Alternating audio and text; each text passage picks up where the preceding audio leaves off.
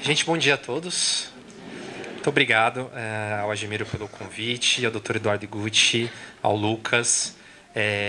Eu me sinto muito em casa aqui no metrô, apesar de não ser um funcionário, porque na condição de procurador de Estado, não de promotor, né? Até esclarecendo para quem não conhece, né? O procurador de Estado ele é o advogado do Estado, né? Assim como o jurídico tem o metrô tem o seu departamento jurídico, composto pelos colegas aqui que estão à minha frente, o Estado também tem o seu departamento jurídico, a administração direta, que se chama Procuradoria-Geral do Estado, que não tem absolutamente nada a ver com o Ministério Público, que é composto pelos promotores de justiça e pelos procuradores de justiça, né?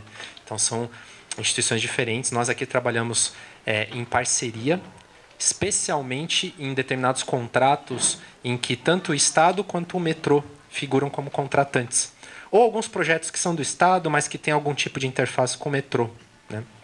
Então, eu sou muito mais um parceiro de vocês do que alguém que se coloca em oposição, como em regra costuma ser o Ministério Público nessas tantas ações civis públicas que eles propõem.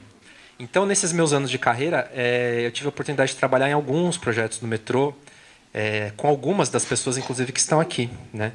Tanto no contexto das PPPs, com o Generoso, que voltou agora, vindo de Brasília, né? Está de volta ao metrô.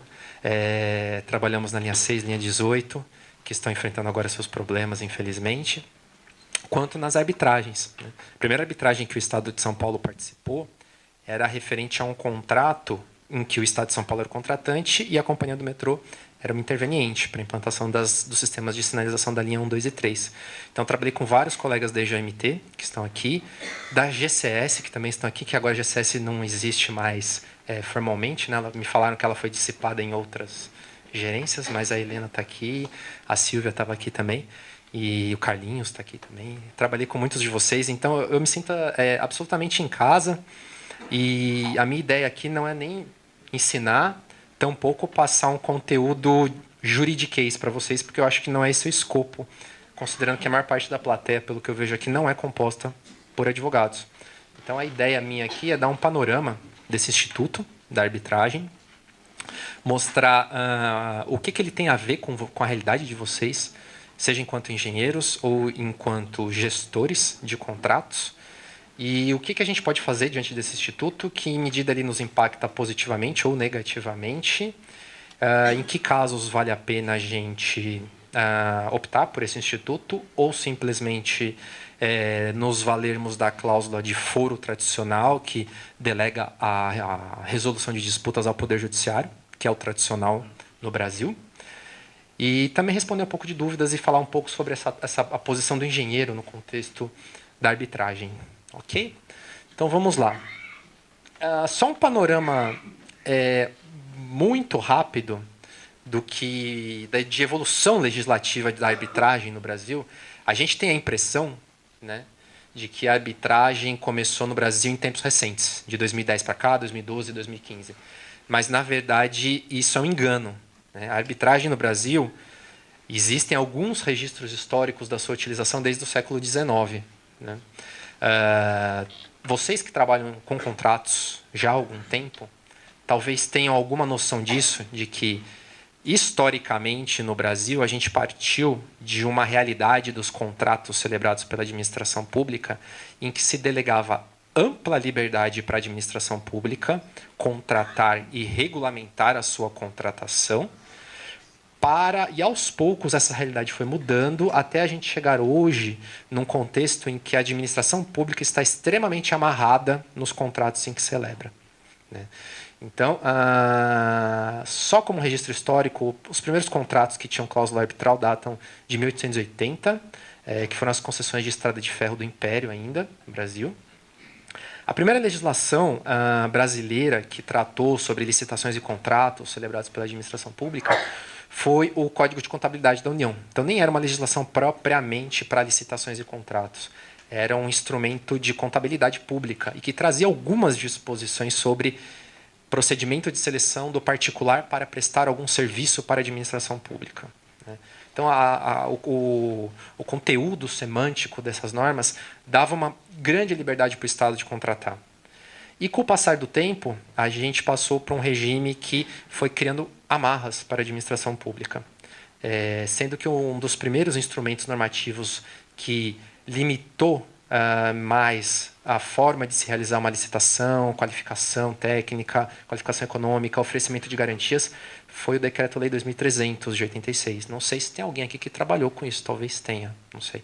Na época ele tinha uma aplicabilidade restrita para as estatais, mas talvez alguém já tenha vivenciado a aplicação desse decreto. Né?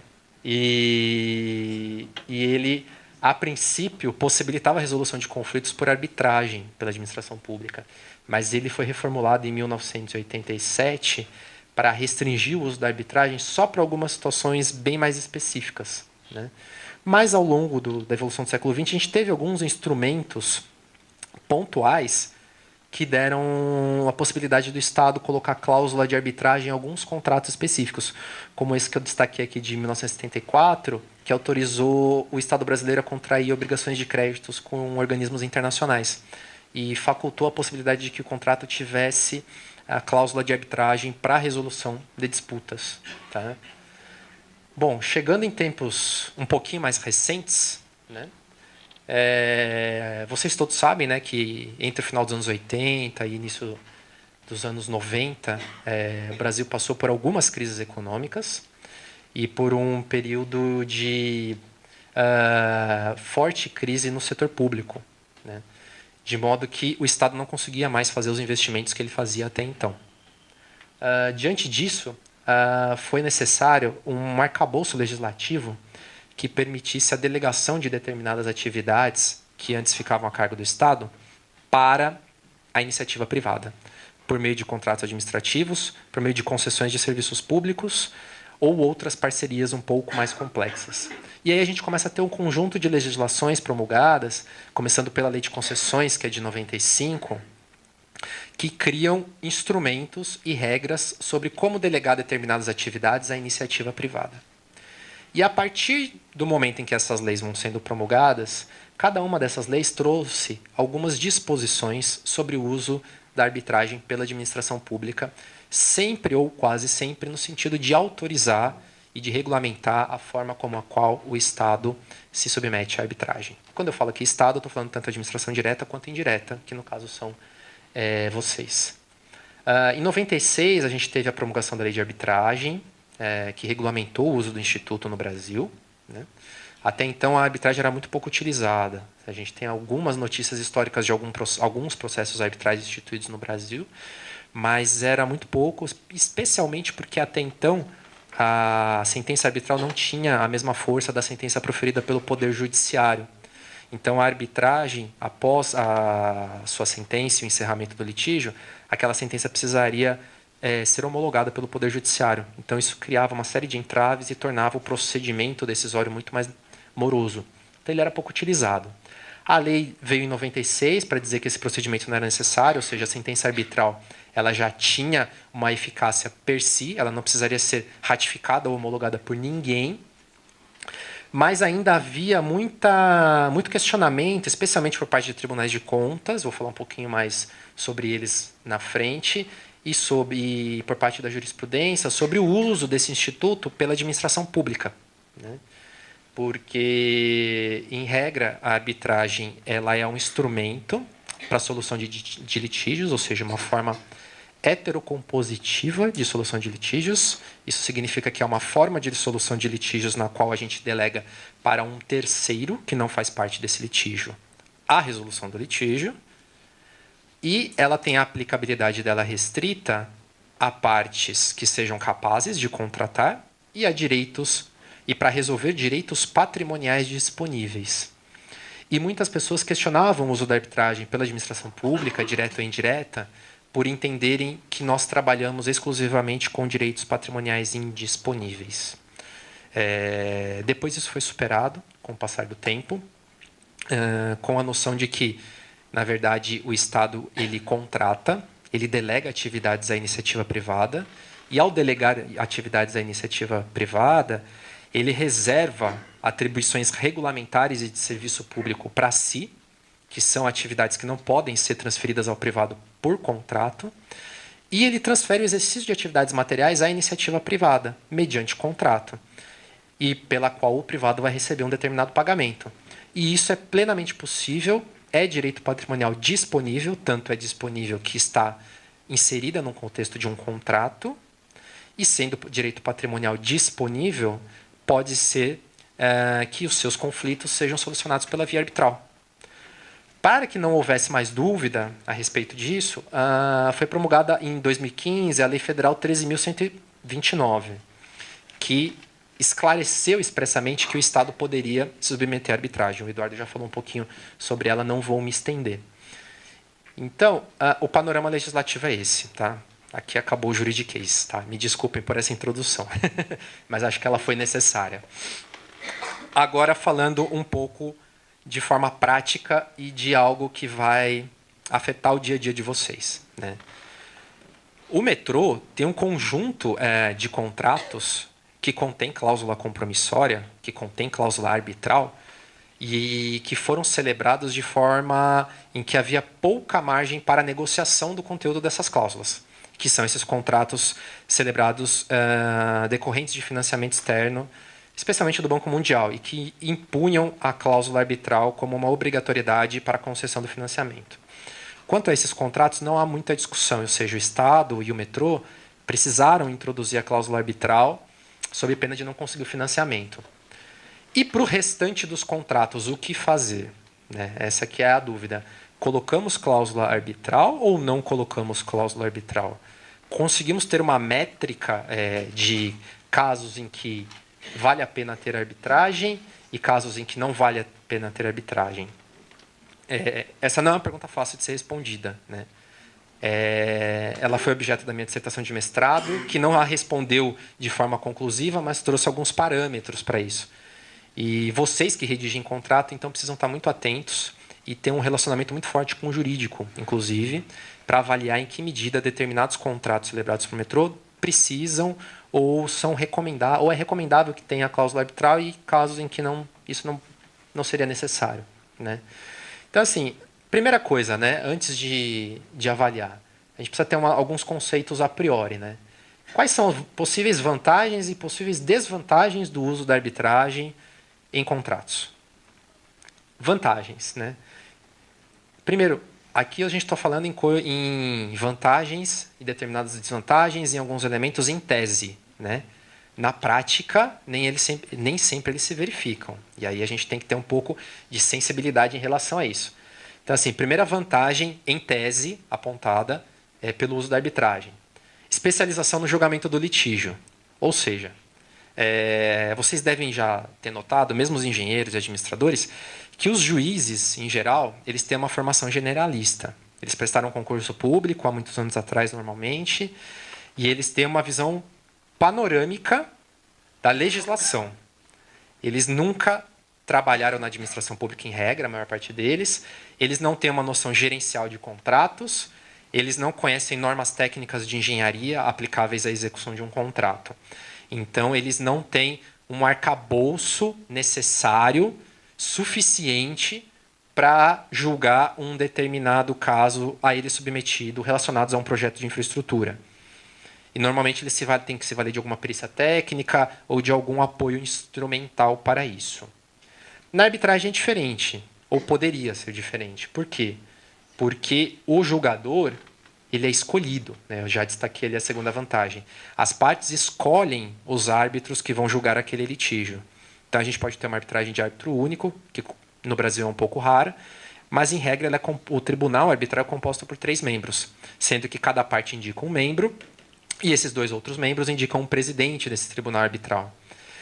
E por ser alguém que pode ser escolhido pelas partes, vocês têm a prerrogativa de escolher alguém que entenda daquele assunto, alguém que conheça essas normas técnicas de engenharia, alguém que conheça de gestão de contratos, alguém que tenha uma habilidade maior para o julgamento do litígio. Então essa é uma das grandes vantagens.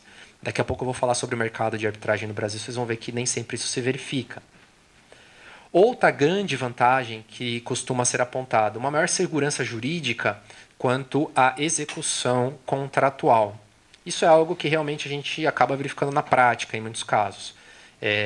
Quando a gente submete um litígio relacionado a uma obra de infraestrutura, de grande porte, ao Poder Judiciário, é muito comum que, antes de qualquer tipo de julgamento de mérito sobre quem tem razão ou não, o judiciário dê alguma decisão liminar suspendendo a execução da obra.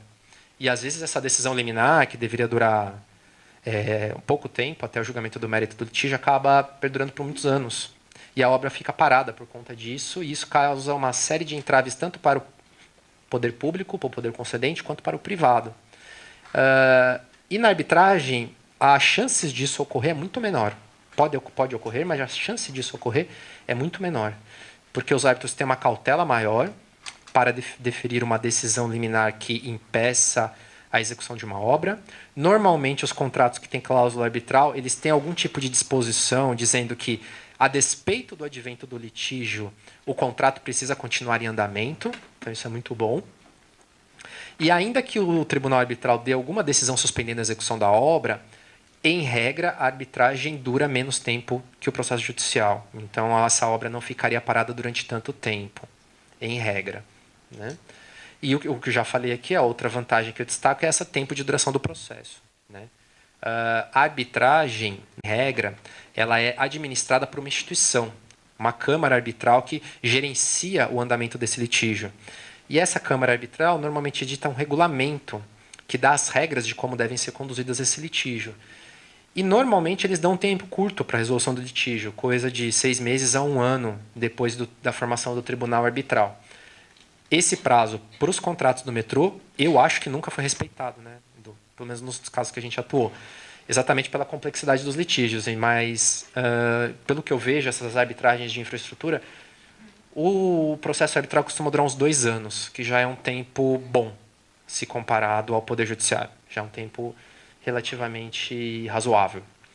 Bom, e desvantagens? Desvantagens em tese também da arbitragem em relação ao Poder Judiciário. A primeira delas é a pouca previsibilidade de resultados. Né? Então, uma das vantagens da solução de litígio pelo Poder Judiciário é que a gente tem um famoso instituto que é a jurisprudência. Ou seja, a gente tem o conjunto de decisões proferidas pelos tribunais que nos dão alguma indicação de como um tribunal vai decidir um determinado conflito. Né? Então, a gente já sabe, de antemão, mais ou menos qual é a posição dos juízes em determinados temas. Isso nos ajuda a elaborar uma estratégia processual para a condução do litígio. Se a gente vai recorrer ou não. Olha, caiu com aquele juiz normalmente decide contra o Estado, acho que é melhor a gente tentar uma cautelar, ver outra coisa. Ou, não, esse caso aqui a gente pode apelar porque o tribunal sempre dá decisão favorável para a administração pública. Então, a gente consegue trabalhar isso de uma forma interessante e favorável à administração pública. E na arbitragem isso não existe, porque na arbitragem não existe jurisprudência, porque na arbitragem não existe recurso. Então, a decisão arbitral ela é dada por um tribunal que se forma especificamente para o julgamento daquele litígio. E você não sabe, em regra, qual é o posicionamento daquela pessoa que vai te julgar sobre aquele tema. Ou se sabe em termos muito abstratos, porque ele não é um juiz que já julgou 1 milhão de processos. Ele pode ser um árbitro que julgou 10 ações, 20 ações. Então, o grau nosso de previsibilidade do resultado do processo, ele é menor. Tá? Então, essa é uma das desvantagens que a gente aponta. Outra desvantagem para a administração pública, que eu espero que seja superada aí com o passar dos anos, é o posicionamento dos órgãos de controle. Eu vou falar um pouquinho mais à frente sobre isso, mas a gente ainda tem um Tribunal de Contas do Estado e um TCU também, em certa medida, um pouco restritivos quanto ao uso da arbitragem. E isso pode gerar alguns problemas para nós, na medida em que a gente submete um litígio para arbitragem, a gente resolve esse litígio, faz um acordo ou tem uma sentença, e por alguma razão o Tribunal de Contas toma conhecimento daquilo e eventualmente pode achar que tudo aquilo é nulo porque o Estado não poderia se submeter à arbitragem. Então, isso é algo muito negativo. A gente espera que, com o passar do tempo, isso seja superado. Eu vou falar no final da minha palestra um pouquinho sobre o posicionamento do TCU e TCE. Outra desvantagem são os custos elevados. Né? Então, a arbitragem ela tem um custo elevado tanto pelo pagamento de honorários dos árbitros. Né? Os juízes não cobram da gente, graças a Deus. Né? Eles cobram do Estado, mas eles não cobram das partes o preço para o julgamento do litígio, e os árbitros cobram, e cobram caro. Né? Então, essas remunerações de árbitros têm cifras de milhares de reais, né? Não é coisa barata. E a Câmara Arbitral, que faz o gerenciamento desse litígio, também cobra um valor que não é nada barato. E dependendo da Câmara, se for uma Câmara internacional, esse valor é em dólar ou em euro. Então também é uma desvantagem. E outro ponto de desvantagem aqui são as peculiaridades do ambiente da arbitragem brasileiro, que eu vou falar um pouquinho mais à frente. Acho que vale mais a pena a gente se deter especificamente sobre isso. Questões procedimentais bem rápidas, só para que vocês tenham uma noção, porque isso é mais tema de advogado. Mas como vocês prestam subsídios para nós e na arbitragem vocês têm uma atuação mais próxima com a gente, acho que é legal vocês conhecerem também. Existem especificidades procedimentais quando a administração pública é parte? Em regra, não. Tá? Como regra geral, não. Né? Houve quem defendesse isso tempos atrás, mas não existem especificidades procedimentais que normalmente existem quando a administração direta é parte num processo judicial comum. Né? A administração direta, o Estado, normalmente tem prazos ampliados para falar, para se manifestar no Poder Judiciário, e na arbitragem isso não é admitido. Não é admitido por quê? Porque a arbitragem ela tem algo que normalmente o Poder Judiciário não tem, ou tem de forma muito mitigada, que é a consensualidade. Então, na arbitragem, a gente decide em conjunto com os árbitros sobre prazos e procedimentos aplicáveis ao longo da instrução processual. Então, se por acaso a gente precisar de um prazo maior para obter subsídios da área técnica, isso pode ser negociado previamente. Por isso que não existe essa necessidade de regras específicas para a administração pública. Outro ponto peculiar da arbitragem com a administração pública é a questão da publicidade. Né? Então, a arbitragem entre privados em geral ela é caracterizada pela confidencialidade, ou seja, ninguém tem conhecimento nem da existência, nem do conteúdo e nem do resultado desse processo litigioso. Isso é visto até como uma vantagem para preservar um pouco a intimidade dessas empresas que estão em litígio. Né? Qualquer informação que possa sair decorrente de uma obra ou de algum aspecto societário de uma empresa privada pode impactar negativamente na sua reputação. Mas na arbitragem com a administração pública isso é diferente.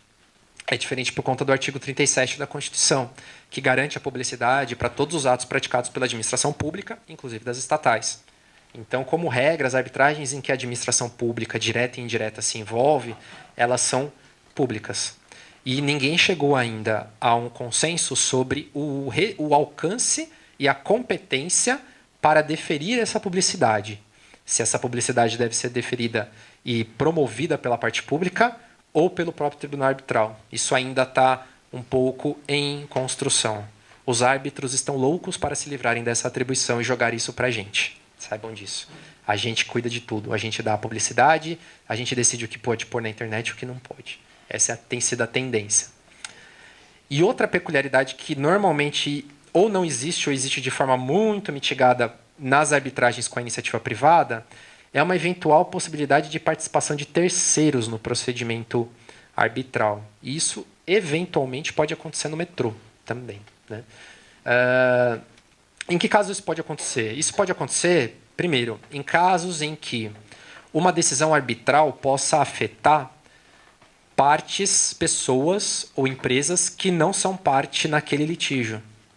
E isso, eventualmente, pode acontecer nesse relacionamento entre estados e empresas estatais. Né?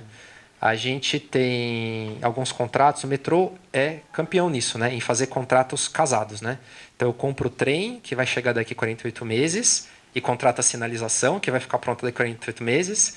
Aí, quem compra o trem é o estado, quem faz a sinalização é o metrô.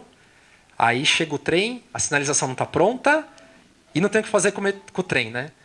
Aí tem que alugar um galpão para o trem, né? Qualquer semelhança com a realidade é mera coincidência. E aí o que a gente tem? A gente tem um contrato do Estado, que pode ir para uma arbitragem porque atrasou, impactando uma empresa estatal que é o metrô. Né? Então, eventualmente, a gente pode ter essa necessidade de que pessoas que não são signatárias do contrato sejam chamadas a participar desse procedimento arbitral. Tá? Isso também pode ocorrer em casos de agências reguladoras, que não é o caso de vocês, porque a malha ferroviária aqui de São Paulo não é regulamentada por uma agência reguladora específica, mas às vezes você tem uma agência reguladora que regula a execução de um serviço público mediante uma rede de contratos, né? De modo que a má execução de um contrato pode impactar na execução de outro contrato. Rodovias, às vezes, tem alguma coisa nesse sentido, saneamento. Então, nesse caso, às vezes, a participação de uma agência reguladora que não é signatária no contrato se mostra necessária justamente porque ela faz uma regulação por contrato. Tá? E aí tem as bizarrices. Ministério Público, que gosta de intervir em tudo que a administração pública faz, né? E que eu sempre defendi e continuo defendendo que MP não deve participar de arbitragem, ainda que seja uma arbitragem com a administração pública. Por quê? Porque o Ministério Público cuida de direitos patrimoniais indisponíveis e a arbitragem com a administração pública cuida de direitos patrimoniais disponíveis da administração pública. Então não tem o menor sentido um promotor de justiça querer atuar na condição de promotor, de custos legis, numa arbitragem nossa. Tá? Então, mas de vez em quando eles tentam, né? Então é bom vocês saberem disso e saberem como se proteger desse assédio moral. Né? Bom, vamos lá. Arbitrabilidade objetiva e subjetiva. O que é isso? Acho que o Du já falou um pouquinho. Arbitrabilidade subjetiva é a capacidade de uma pessoa, a possibilidade de uma pessoa se submeter à arbitragem. E a arbitrabilidade objetiva é a capacidade ou a possibilidade de você submeter um tema à arbitragem. Ok? Com relação à arbitrabilidade subjetiva, a gente não tem muito problema no metrô ou na administração direta. Nós somos pessoas capazes, temos personalidade jurídica, podemos nos submeter à arbitragem. A arbitrabilidade objetiva que cria alguns problemas para a gente na prática. Né? Então, eu já falei, a administração pública, direta e indireta, tem interesses disponíveis e interesses indisponíveis. Às vezes é muito claro perceber o que é um direito ou interesse disponível e o que é um direito ou interesse indisponível da administração pública. Mas às vezes a gente fica numa zona cinzenta, nem tudo é tão claro. E aí começam a surgir alguns problemas. Né? Então, eu trouxe aqui 3 exemplos práticos para mostrar para vocês, alguns envolvendo a parte metroviária, para vocês terem um pouco de noção como ocorre ou como podem ocorrer esses conflitos. Ok? Então, o primeiro deles é referente às multas contratuais, né? Que é um assunto muito caro aos gestores. Né? Então, vocês sabem que a multa contratual é prevista na 8666 e nos contratos que os senhores celebram. Né? Isso não tem problema nenhum. E é uma prerrogativa da administração pública aplicar essas multas sempre que houver um descumprimento contratual. Vocês têm a prerrogativa, inclusive o dever, de instaurar um procedimento sancionatório ao verificar o não cumprimento de um determinado contrato ou o equívoco ou um erro praticado pelo privado no cumprimento desse contrato. Essa multa pode ser desconsiderada ou ela pode ser revista pela arbitragem? Essa é a primeira dúvida. Né? Sendo um poder, um dever da administração de instaurar o procedimento sancionatório, o tribunal arbitral pode revisitar isso, essa decisão preferida pela administração pública? Oi? Quem quer falar? Alguém falou. No caso concreto, eu acredito que sim. Porque o descumprimento contratual, ele decorre de alguma prática que foi prevista no contrato que não foi praticada, não foi executada e, portanto, o privado sofreu uma sanção. Se estava previsto no contrato, muito provavelmente é algo que se refere às cláusulas de execução desse contrato e que são todas disponíveis. Ou seja, ele tinha 30 dias para entregar uma determinada medição, não entregou. Ele tinha 48 meses para concluir a obra, não concluiu. Aplica a sanção. E aí ele vai se defender dizendo, não, mas eu não cumpri a obra porque o metrô não disponibilizou a área, porque não teve desapropriação necessária, etc. Tudo isso pode ser objeto de uma discussão em arbitragem, não tem problema nenhum. Onde que está o problema? O problema está, e a gente teve um caso do metrô e um caso da Sabesp razoavelmente recente sobre isso, quando um tribunal arbitral ou um árbitro dá uma decisão dizendo que naquele contrato que está em arbitragem, mas continua em execução, a administração pública não pode instaurar procedimento sancionatório em tese, nunca, em hipótese alguma. Não importa o que aconteça, mas o contrato tem que continuar sendo executado. Aí você tem, ao meu ver, uma decisão de árbitro que entra numa esfera de indisponibilidade da administração pública. Ou seja, ele está decidindo sobre algo que ele não pode, algo que ele não tem competência, algo que está sobre a esfera de poder da administração pública. Nem ela mesma poderia dispor daquilo. Se o contrato está em execução e o privado não cumpriu, ela tem o dever de instaurar o procedimento sancionatório. Não pode um tribunal arbitral simplesmente afirmar que não pode ser instituído nenhum processo administrativo em abstrato, né? E apesar daquele contrato continuar em execução. Então, em regra, a gente tem, inclusive, essas decisões de arbitragem sendo levadas ao Poder Judiciário, e o Poder Judiciário desconstituindo essas decisões por entenderem que elas estão com vício até de competência, porque o Tribunal Arbitral está decidindo sobre algo que ele não tem competência decisória. Ok? Ficou claro essa parte? Eu não sei se... Beleza? O que mais que é interessante? E aqui a gente também tem um exemplo de metrô, da linha 6. Rescisão de contrato de concessão. Não sei se aqui tem muita gente que trabalha com propriamente concessão, né? Porque muitas das concessões de metrô são feitas pela direta e não pelo próprio metrô. Mas a lei de concessões, a lei federal, no seu artigo 39, ela diz que o contrato de concessão pode ser rescindido por iniciativa do privado, se houver algum descumprimento por parte do Estado, mas que essa rescisão só pode ocorrer pela via judicial, mediante ação judicial especialmente interposta para esse fim. E aí surge uma dúvida. O que esse judicial da lei quer dizer? Quer dizer que tem que ser necessariamente uma ação proposta no Poder Judiciário ou pode ser um processo arbitral, né? Então, lá na PGE, a gente tem o entendimento de que, se esse contrato de concessão tiver cláusula arbitral, o contrato pode ser rescindido pela iniciativa privada mediante arbitragem. Porém, agora no contexto da linha 6, né, em que as obras foram paralisadas por uma série de contingências e o consórcio contratado está querendo caracterizar um descumprimento contratual por parte do Estado, ele ingressou com uma ação judicial e ingressou com um processo arbitral. Ele fez as duas coisas. Então, ele ingressou uma ação judicial para pedir a rescisão do contrato de concessão com base na interpretação de que o artigo 39 restringe esse tipo de decisão ao Poder Judiciário e ingressou com uma arbitragem para obter as perdas e danos decorrentes do contrato de concessão da linha 6. Tá? Teve uma decisão judicial recente que suspendeu a arbitragem por entender que ela era prejudicial em relação à decisão sobre quem tem culpa na rescisão do contrato e paramos por aí. Isso está em andamento, né? Vamos ver como que o restante do Poder Judiciário, os tribunais vão se comportar em relação a isso. Mas eu, pessoalmente, acho que sempre que uma legislação fizer referência a uma ação judicial que tem que ser utilizada para determinada ação, isso pode ser interpretado também como arbitragem se a gente estiver se referindo a um contrato que contiver a cláusula compromissória e se forem direitos patrimoniais disponíveis. Ok? Esse é um outro exemplo de conflito que a gente tem dessa zona cinzenta entre o que é disponível e o que não é disponível. Esse exemplo é legal também, que também tem a ver com o metrô. Então, uma decisão que eventualmente possa afetar uma política pública, né?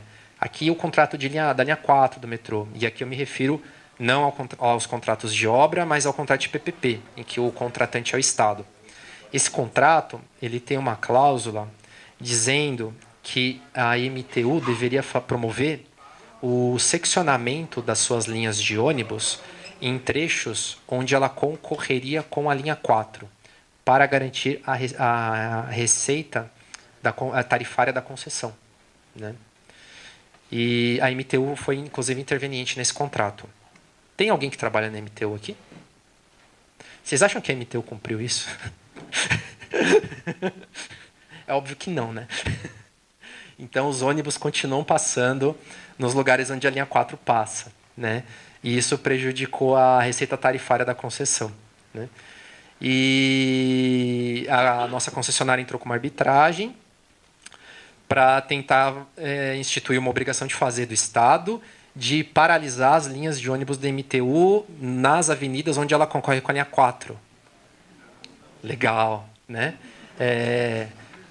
Vocês acham que 3 advogados privados podem dar uma decisão falando assim: na Rua da Consolação não passa mais ônibus?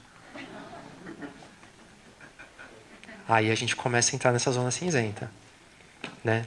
Ah, e não passa mais ônibus para quê? Para garantir a receita da concessionária, que é formada pela Odebrecht, o TC e Queiroz Galvão. Ah, aí a gente começa a ter os problemas, né? Mas assim, a gente tem a esperança, a expectativa de que isso possa ser solucionado por perdas e danos e não por uma obrigação de fazer, né? Porque realmente o descumprimento ocorreu. Eu acho difícil que um tribunal arbitral dê uma decisão para interromper o curso de linhas de ônibus. Acho que isso é um tema que aí a gente já começa a entrar um pouco nessa esfera de direito indisponível da administração pública, ainda mais considerando o impacto que isso ia ter para a prestação dos serviços de mobilidade urbana aqui na cidade, né? E eu estou falando desses processos de forma muito tranquila, porque, justamente como eu acabei de dizer, são todos públicos, tá? Então, a arbitragem com a administração pública, ela é até protegida, se vocês forem avaliar, pelo princípio da publicidade. Então, não tem problema nenhum de eu comentar essas questões todas aqui. Vamos lá. Escolha do árbitro. Outro ponto aqui bastante relevante. Eu passei meu tempo, não? Não, né? Beleza. A escolha do árbitro, a gente tem aqui uma discussão que é formal e jurídica, e tem uma discussão que é material, substancial e bastante importante para além do jurídico, né? Então, vou passar rapidamente essa questão formal aqui, porque é mais objeto do jurídico, dos advogados, né? Existe uma discussão, ainda existe, se o árbitro ele é um prestador de serviços ou não para a administração, e se caberia algum tipo de procedimento licitatório para sua seleção nos contratos em que o Estado é parte, a administração pública é parte, direta ou indireta, se ela deveria licitar para a indicação do árbitro, tá? O entendimento que tem prevalecido, tanto no Poder Judiciário quanto no âmbito da Procuradoria, por meio do parecer 1 de 2015, é de que o árbitro não é um prestador de serviços, né? Ele é alguém que está ali para exercer função jurisdicional, que não se confunde com o conceito de serviços da Lei 8666, e que, portanto, não existe a necessidade de formalização de um processo, seja ele licitatório ou seja ele de dispensa ou inexigibilidade para a seleção daquele profissional, né? Óbvio, isso não impede, não nos permite concluir que esse profissional pode ser escolhido de qualquer maneira, né? Então é necessário que essa escolha seja pública, que seja uma decisão compartilhada entre os vários órgãos da advocacia pública que vão cuidar disso, e que não haja conflito de interesses, obviamente. Eu não vou escolher uma pessoa da minha família, não vou escolher uma pessoa que tenha relação jurídica com a outra parte, nem com relação jurídica com o Estado ou com a administração indireta, tá? Esse é o entendimento que tem prevalecido.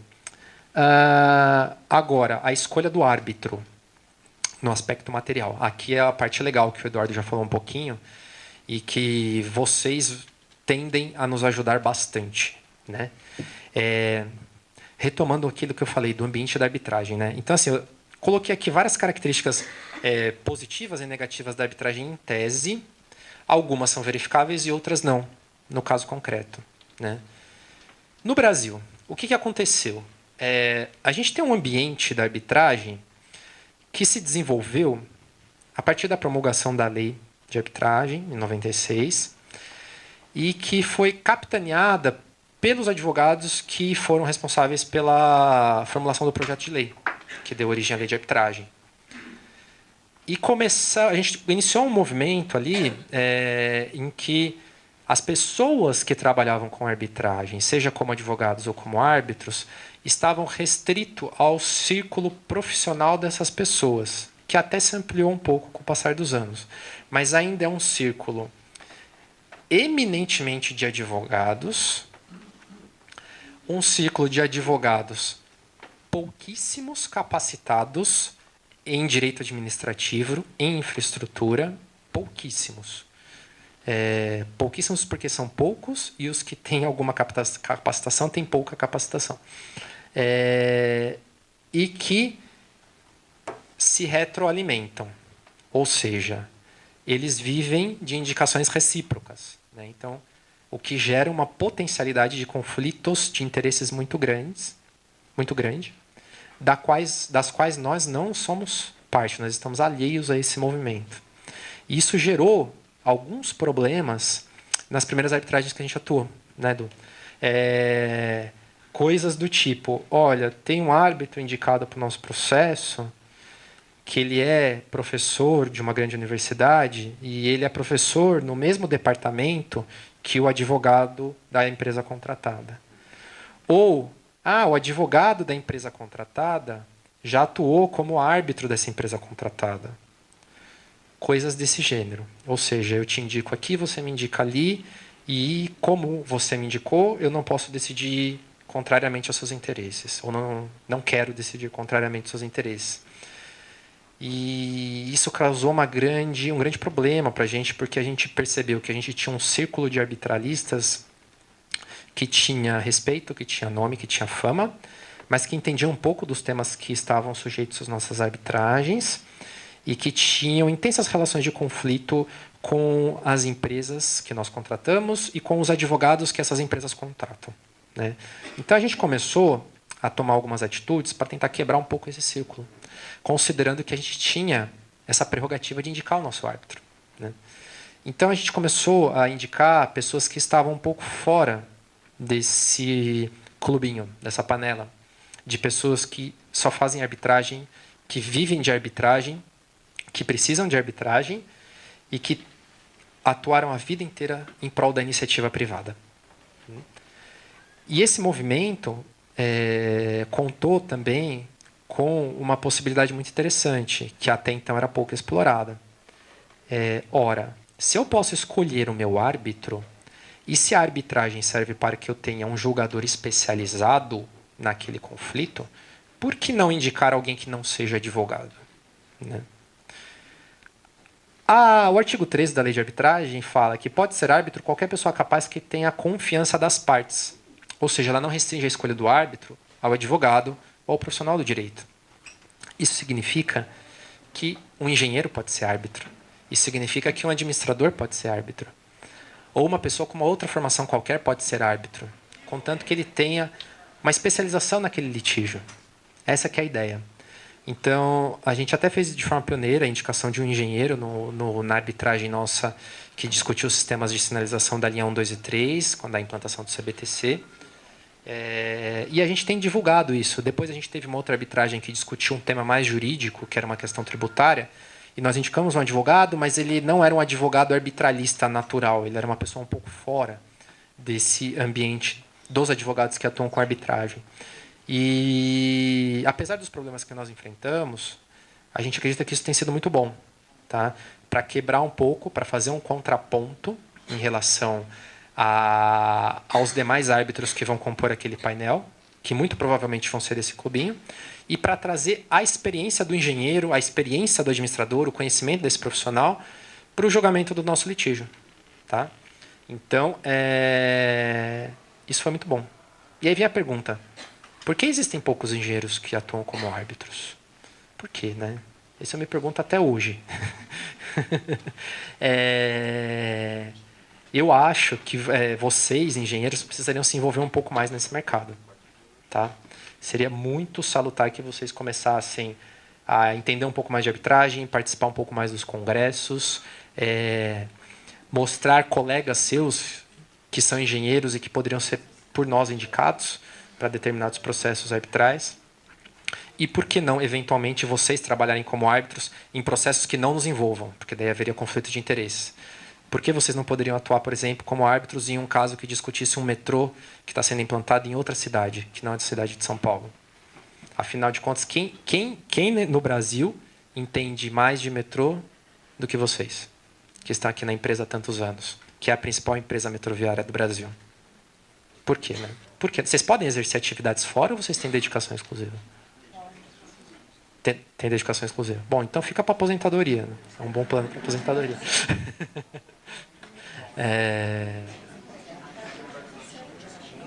Amanhã vai ter um monte de aposentadoria publicado.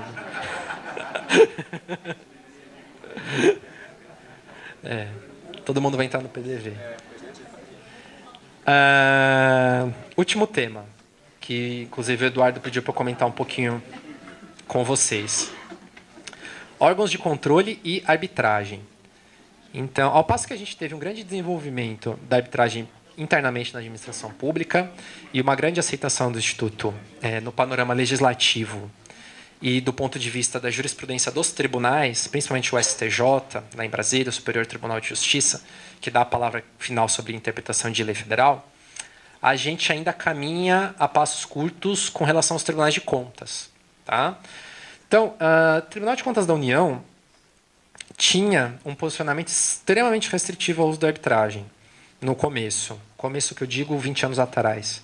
Para dizer que sempre, em qualquer hipótese, a administração pública, direta ou indireta, jamais poderia se submeter à arbitragem.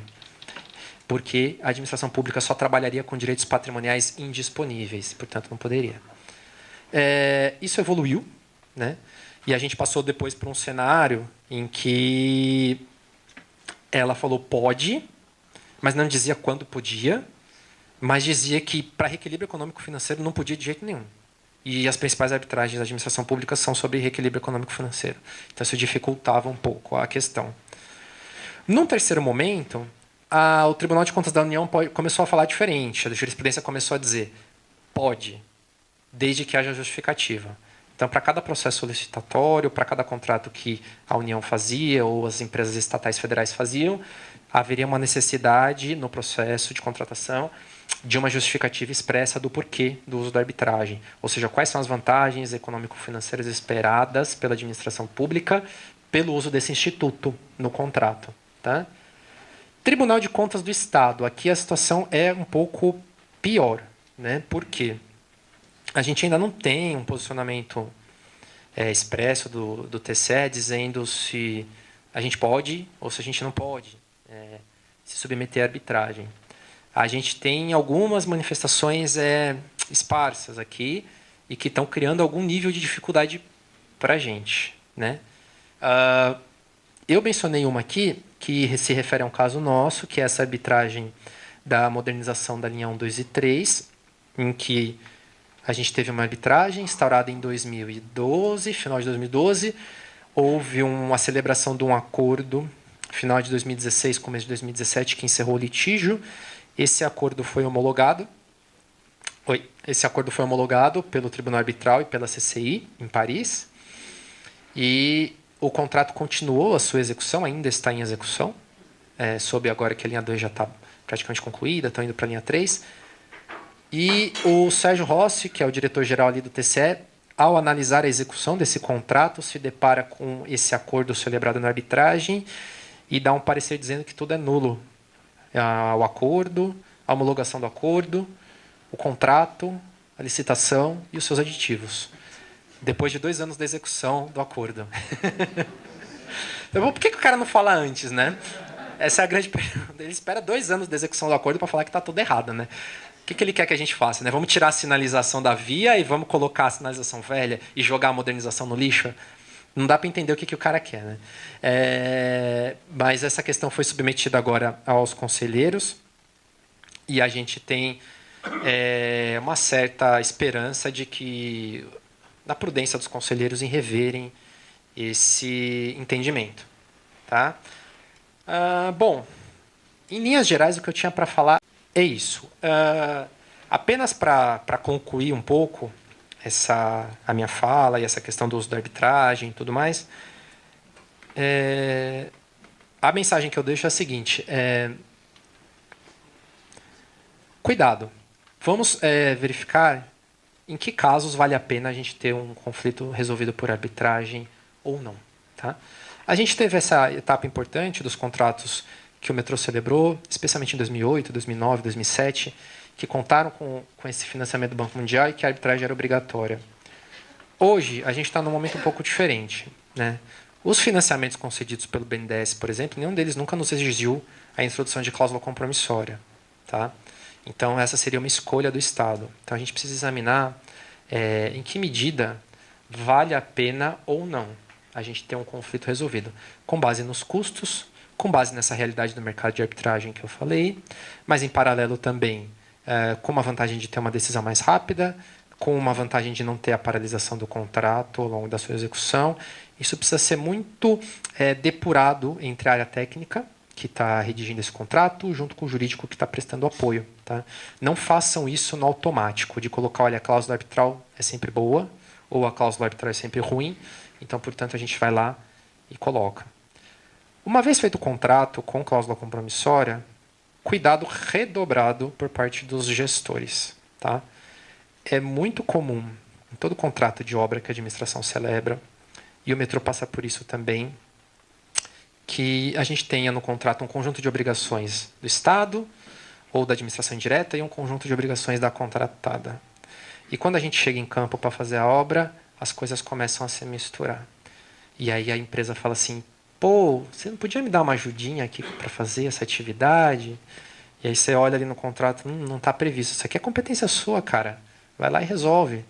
Pô, mas ó, se você não me ajudar, eu não vou conseguir entregar a tempo. Não tem como você me dar uma ajudinha? E aí a administração começa. Aí vai ajudando o cara. Vai ajudando. E o gestor público, ele está lá sozinho, né? É ele gerindo 250 contratos do metrô. E o privado tem um gestor só para isso e um escritório com 250 advogados redigindo as cartas pro cara. Ó, casca de banana aqui, bota lá. Passados 2 anos, né? O que acontece? Reequilíbrio. Pá. Arbitragem. Pá. O que acontece na arbitragem? A gente perde. Pá. De quem é a culpa? Do jurídico, que não fez uma defesa boa, lógico. Não é culpa do engenheiro nunca. Então a gente precisa ter um pouco de cuidado com isso. Né? A gente tem um contrato, que eu nem vou falar qual é, nem quem é o gestor, nada, mas a gente tem um contrato aqui que a importação do equipamento era atribuição do privado. E o Estado fez para ajudar o cara. Assim. Ah, não, porque o consórcio é composto por empresas estrangeiras, eles não têm CNPJ, não conseguem autorização do DSEX para importar. Aí o Estado vai lá e importa. Ah, fez aditivo então para colocar isso? Não fez aditivo. E aí? Como é que vocês querem que a gente ganhe essa arbitragem? Fica difícil. Né? Então, assim, a arbitragem ela vai se ater às disposições contratuais, mas ela tem um olhar muito forte sobre, até porque os árbitros vêm da iniciativa privada, sobre o aspecto factual. Ou seja, o que vocês fizeram na execução do contrato. Isso, às vezes, é levado muito mais em consideração do que uma norma jurídica aplicável ou o que está previsto na redação do contrato. Então, é necessário ter uma atenção especialíssima com isso e resistam às pressões dos seus chefes para executar o contrato de forma diferente do que está previsto. Porque, no final, quem responde é o CPF de vocês e a arbitragem vai ser perdida. Tá bom? Obrigado. Bom dia.